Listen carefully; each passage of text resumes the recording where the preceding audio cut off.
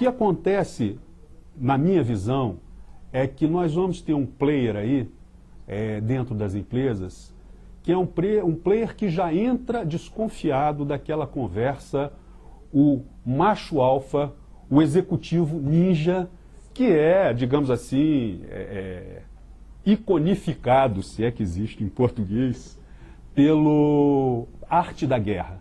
A arte da guerra se tornou um manual de gestão, de management para as empresas. É quase um livro de autoajuda para muitos executivos. Tá? Eu diria que a pior receita hoje em dia para você administrar uma empresa é você usar o arte da guerra como como a sua bíblia de gestão. O que ocorre é o seguinte: mais e mais vai ficando claro que as empresas precisam atrair talentos criativos, talentos que sejam capazes de reinventar o jogo. Quer dizer, o funcionário, que é o game player, que é aquele que cumpre metas, que entra com uma missão que é desenvolver um script e no final entregar determinadas metas, esse é um tipo de, digamos assim, de empregado que vai tender a diminuir. Ou, pelo menos, vai ser jogado para uma área fora da sua zona de conforto em que ele vai ter que ser criativo. As empresas cada vez mais vão ter que atrair os indivíduos que eu chamo de game changers, ou seja, os talentos criativos que são capazes de reinventar o jogo.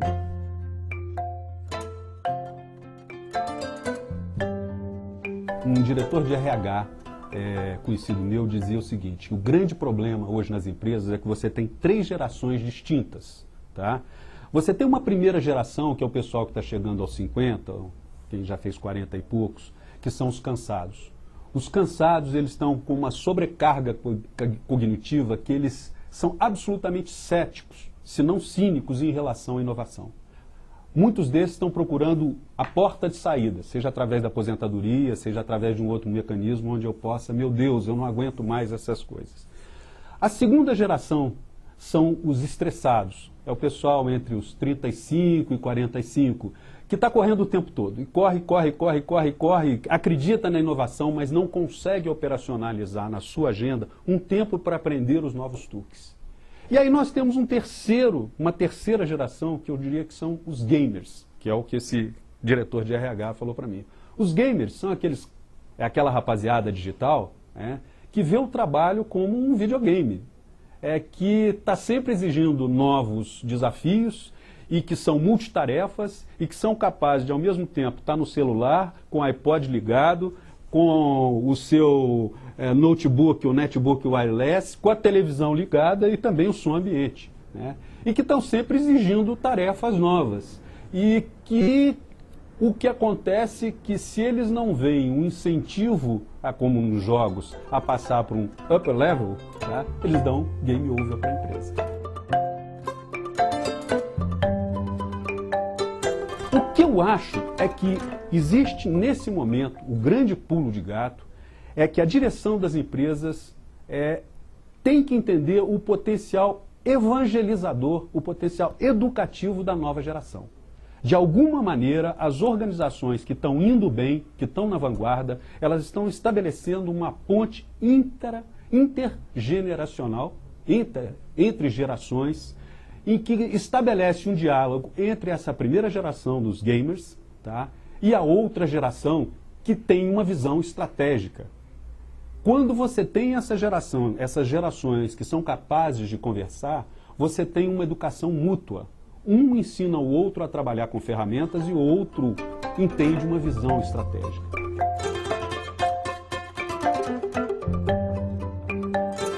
Bom, a primeira coisa que me vem à cabeça é que o brasileiro está num processo de ganhar alta daquilo que o Nelson Rodrigues chamava o complexo de cachorro vira-lata. Parece que a gente vai ganhar alta disso daí. O Brasil foi durante muito tempo o lugar onde a gente não acreditava que pudesse fazer coisas novas, que a gente pudesse inovar e, além disso, que a gente pudesse mudar. Tá?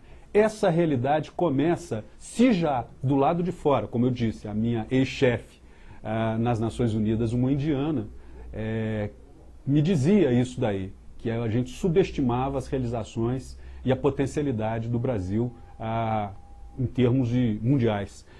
Isso começa a ficar claro, que o Brasil é capaz de trazer coisas novas, é capaz de dar certo numa série de coisas.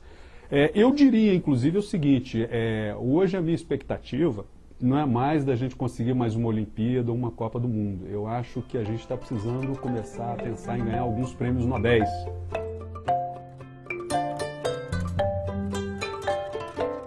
Eu acho que, de uma certa maneira, as empresas estão hoje mais avançadas do que outras instâncias da sociedade na sua responsabilidade em qualificar melhor os seus funcionários, os seus fornecedores e os seus parceiros, né? Por isso que eu disse que eu dei recentemente uma entrevista para uma revista de negócios e na qual a manchete foi nós somos a vanguarda. O que eu estou querendo dizer com isso não é uma vanglória. O que eu estou querendo dizer com isso é uma responsabilidade. Eu entendo sim que as empresas hoje, os líderes empresariais, os CEOs, os presidentes, os diretores, constituem uma vanguarda no sentido de que eles têm uma qualificação e, ao lado disso, eles têm uma responsabilidade que é puxar, digamos assim, a varinha da exigência em termos de qualificação, em termos de performance, um pouco mais para cima.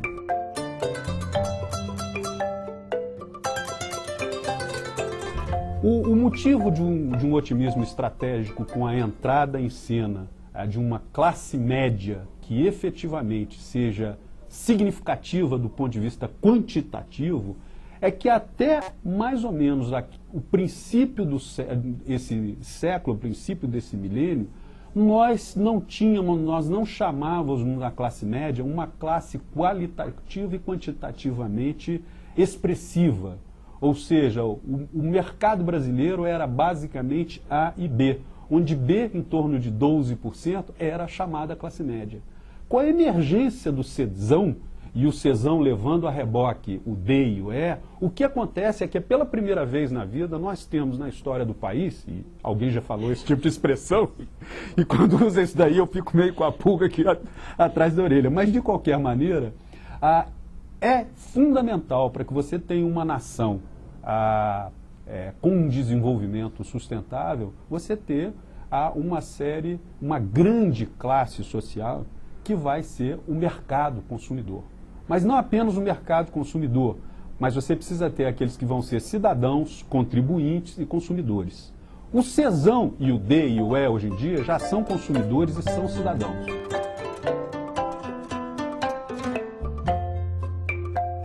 O grande desafio em termos do Czão é que essa primeira década do século XXI, a gente viu a graduação do C e o D como consumidores.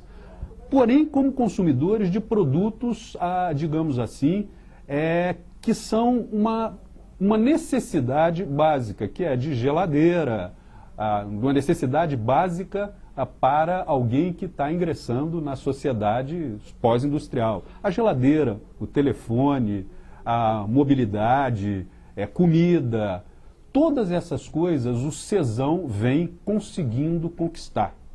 Agora, para a próxima década, o que vai acontecer é que vai haver uma sofisticação das necessidades e das demandas dessa nova classe média emergente.